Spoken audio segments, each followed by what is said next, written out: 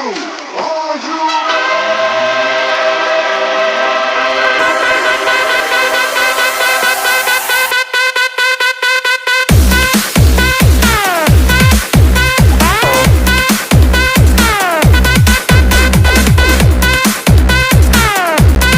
mga idol, ito ay nilinis ko na. Magsisigang tayo. Pata. Ayan. Tapos, nilinis ko na siya. Ngayon, lalagain na lang natin siya. Hiniwa na. Hinahiwa na yan doon. Kasi doon, hinihiwa na siya. Tanungin ka kung ihiwain ba. Sabi ko, pahiwa na. Sama na yun sa bayad. Ayan.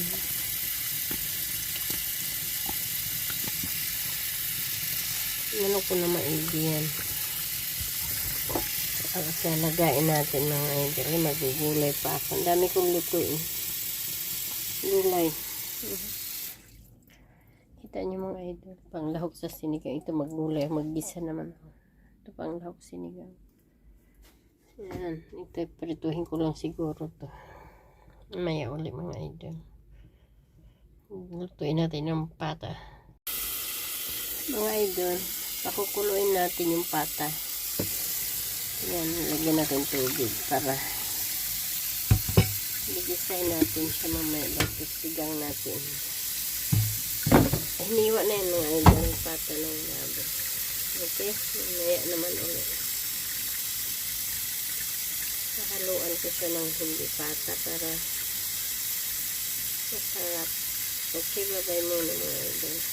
Lalagyan pala natin ng asin para may timpla na siya habang kumukulo. Tsaka lagyan natin ng paminta at saka lang rin para wala ng amoy.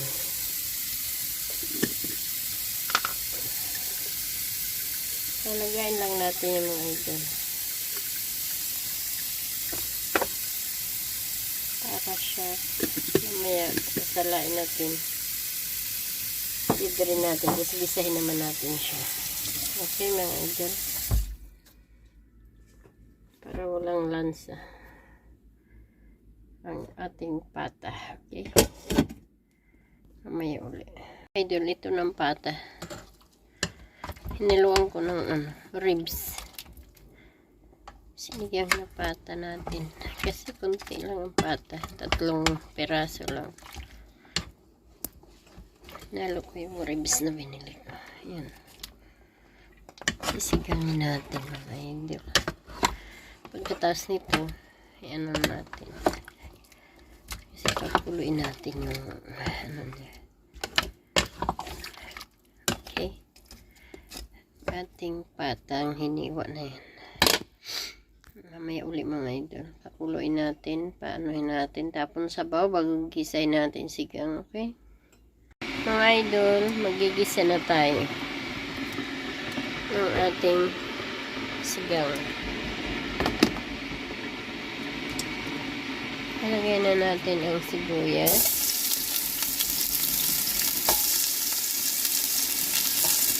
hindi na ako naglagay ng bawang kasi wala na akong bawang.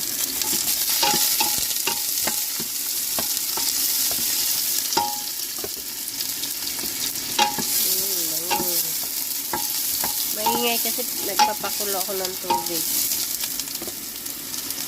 Tapos nalagay na natin ang ating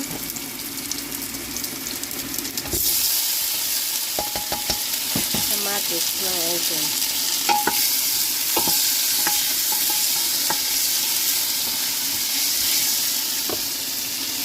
Bago isunod na natin ang pata.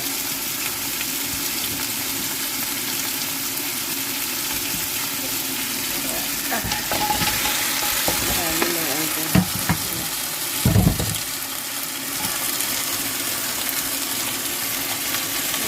ating pata at saka ribs. Sinama ko na mga idol. Pinahiwa ko na kasi yung patay ko kunti. Ayan, para marami.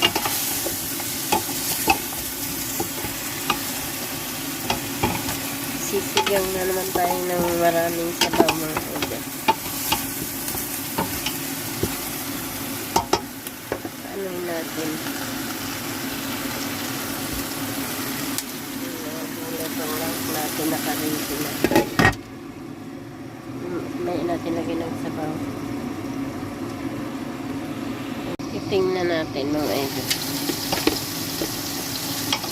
Hindi na siya nagsabaw gawa. Nilaga natin ito.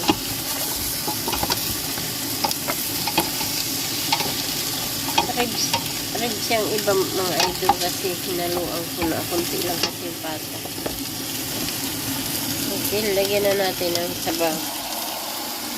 Para pakuluin na natin siya. Palalambutin na natin yung ating baboy. Okay. Pinakulo ko yung tubig.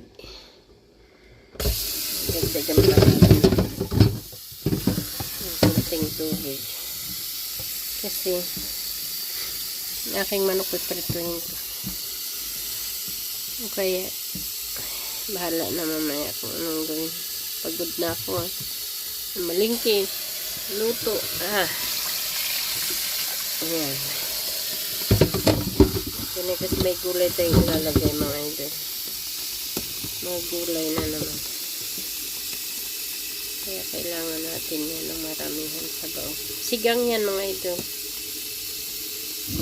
Pata at ribs pinaglato. Ayan.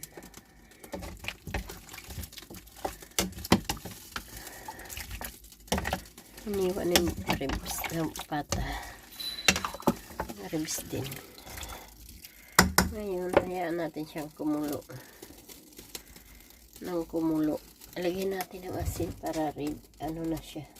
Sumipsip yung ano. Wala kasi akong ang tawag dyan. Wala akong tawag dyan. Patis. Yun ang masarap dito, patis. Yun ang lagi ko nakakalimutan doon. Pag napunta ko. Okay. Maya na ulit. Paano natin. Okay na yun siya. Maya na lang. Ulala. Kumustahin naman natin ang ating sinigang. Wow. Malambot na mga idol ang ating ini-slice na pata. Okay.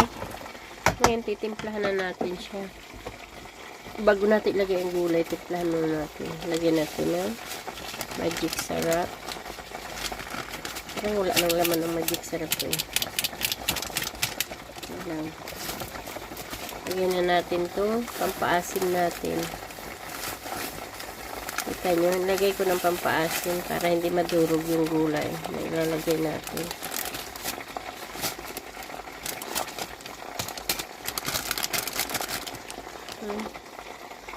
Galing sa atin yan, original sampalok. Titikman na natin kung ano lasa.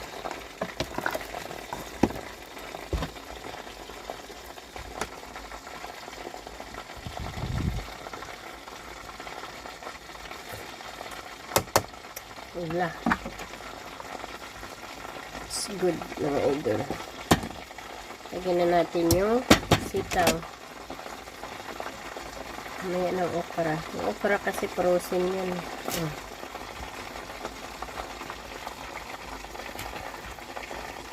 Tsaka itong radish. Sabay-sabay na kaya natin ito. Samantalong. Hindi yan madudurog kasi ano siya. Maasim na. Ganun ang style para hindi madurog ang mga gulay. Saka na ilagay pag naasim na. May asim na ang ating sinigang na pata. Nilagay ko na lahat ng gulay.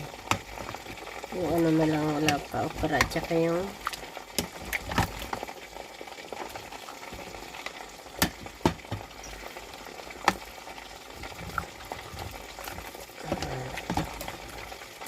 kita niyo mga idol, ang dami na naman natin gulay, magpuno na naman ang ating lagayan.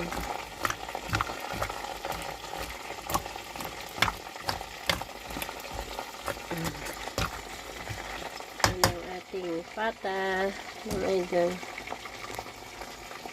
Okay, tatakpan na naman muna natin yan para maluto mga gulay. Okay mga idol, mamaya ulit ang ating sinigang na pata. Tingnan na natin ating sinigang. Wow, pagsok mga idol na ano ang ating, lagay na natin ang ating okra. Luto na yung mga gulay. Itong okra ko mga idol, tsaka yung ito, yung siling green. Yung okra ko, kaprusin yan. Kaya hindi na ano. Haluin na lang natin siya. Kaya kita nyo mga gulay, hindi siya nalata, gawa. Maasim. Hindi ko na biniak yung ano, sili para hindi manganghang. Lagi nagreklamo si Papa Rose. Nilagay na natin ang ating gulay sa ibabaw. Mga idol. Hindi na natin ukayin yan. Hindi na natin ukayin ha. Hayaan lang natin siyang umano na lang. Kasi saglit lang naman buhay nito. Pichay na yan. Pichay nila dito. Ay, Chinese pichay yata yan. Hindi man yan dito. Kita nyo. Anuhin na lang natin yan. Hintay na lang natin yan. Na kumulo. Pag kumulo na yan siya, luto na yan lahat. Okay mga idol, ang ating sinigang. Hindi na, puno na naman ang sinigang ni Mama Iba. Alam niyo na, si Mama Iba pag nagluto, marami yan. Hindi na magkasunod. Okay. Mamaya uli. Titingnan natin mamaya uli. Ang ating sinigang na pata with the ribs. Okay. Babay muna. Jararan mga idol. Ito na ang ating sinigang na pata. Kita nyo mga idol. Kung ano na nangyari sa ating sinigang. Oh lala. Kahit puno yan. Walang ingay nung ano. Ayan o.